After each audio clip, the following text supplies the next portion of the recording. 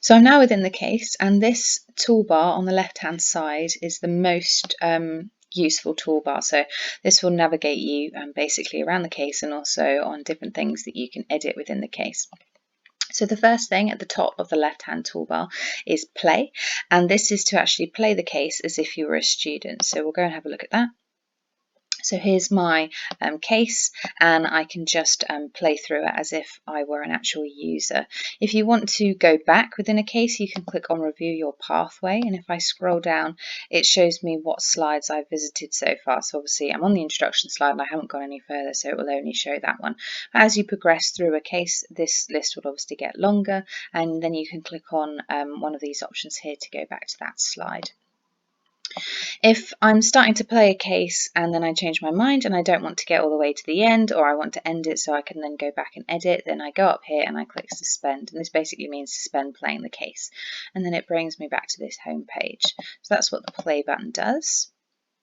I'll just go back into editing the case so I can show you other options on this left hand toolbar. Then we've got details. So this is the details page that we're already on, and the details page has the option to change the title of the Open Labyrinth, to give it a description, to add keywords if you want to. We don't really use this feature, but you could do. The labyrinth skin is basically the layout of the labyrinth as it plays. So for example, backgrounds, fonts, etc. And we haven't really played with this option much, but you can play with it if you wanted to try and develop your own skin, you know, to have your own logos, etc. But this isn't something that we have had much opportunity to use. And then this also has the option here to change what the links look like. So you know how at the bottom of the node, to progress forward, it has a button to take you onto the next node. You can change that button if you wanted to just a hyperlink, to have a drop down box, to have a drop down on confidence. So this is quite interesting. The student has to choose from a list of options, for example, diagnostics, and then they have to say how confident they are that that's the correct answer. So that could be quite a nice feature to use. Type in text, so they just get given a text box and the student has to type in what they think they want to do next. So for example, a blood test, if they started to type in blood, then that button would come up if that was an option for them. And then there's also buttons, which is what we've been using at the moment.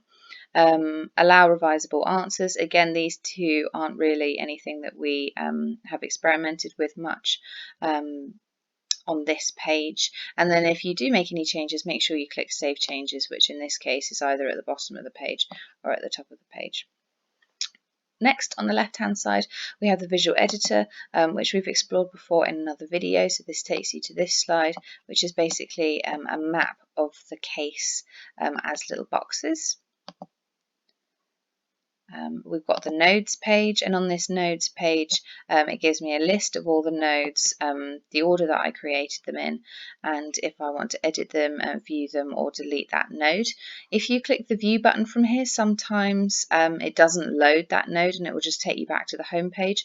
So always click view in a new tab, so right click new tab, just so that you don't lose where you were.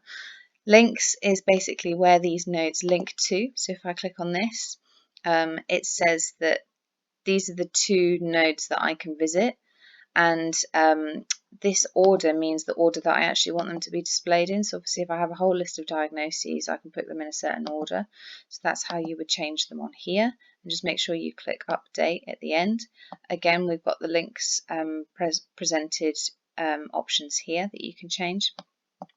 You can also add a new link if you want to one of your other nodes.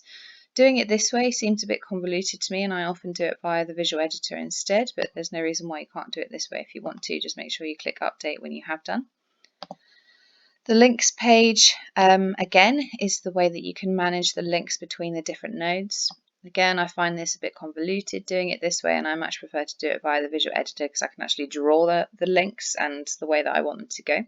But this is how you would edit them if you wanted to. Our next option is sections.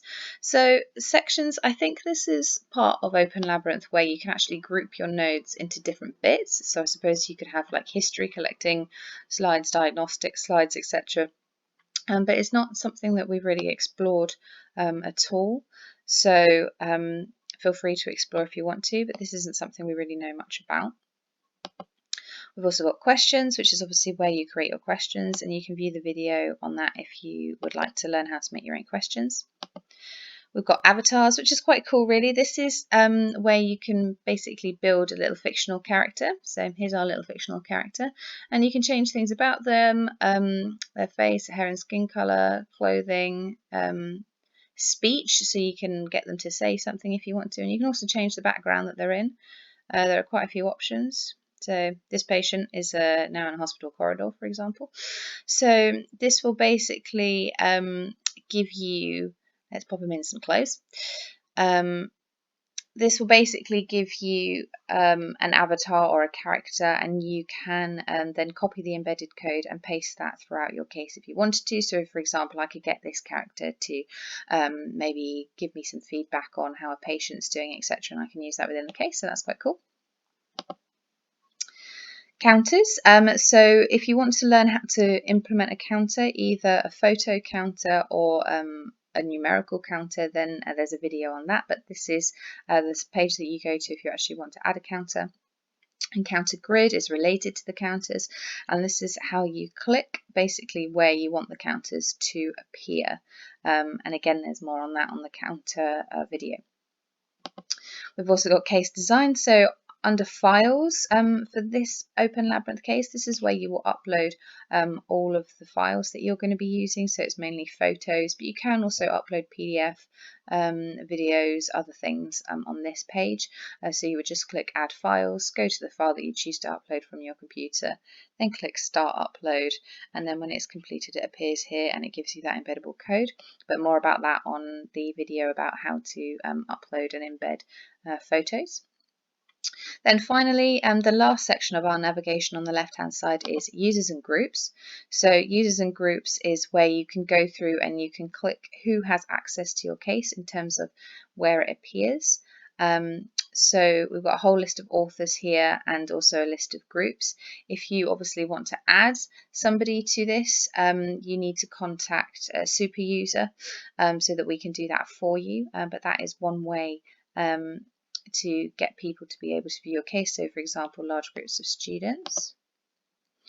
And then finally, we have sessions. So sessions is where you can view all of your users' answers. So it's a little bit clunky at the moment in terms of it only shows you answers per user rather than by question, which I feel would be more useful. So this is me testing out all of the different options within the case. So this would say different users or different student groups. Obviously, if I release the case to students, and then if all of these represent a time period that I actually accessed the case. Now these time stamps aren't in normal UK time. We're not sure what time this is. If anyone's got any ideas, let us know. But that's hopefully something that would be changed in the future. So if you click on one of these, it tells you quite interesting things. So nodes visited, this says I only visited 6 nodes and none of these were specified required nodes or avoid nodes. That's going to be another video in the future about how to make a node required or avoided. It says I only took 17 seconds on this case, so that's not very good if I was a student, as it means I was just flicking through. And had I actually written any answers, then it would show me my user report here. So you can export all of these to Excel if you wanted to. So if you wanted to make a fancy document so that you could view all of the student answers, and then obviously you could hold a session for students to go through those if you wanted to. But that is the navigation toolbar on the left-hand side, and that will hopefully help guide you through the case.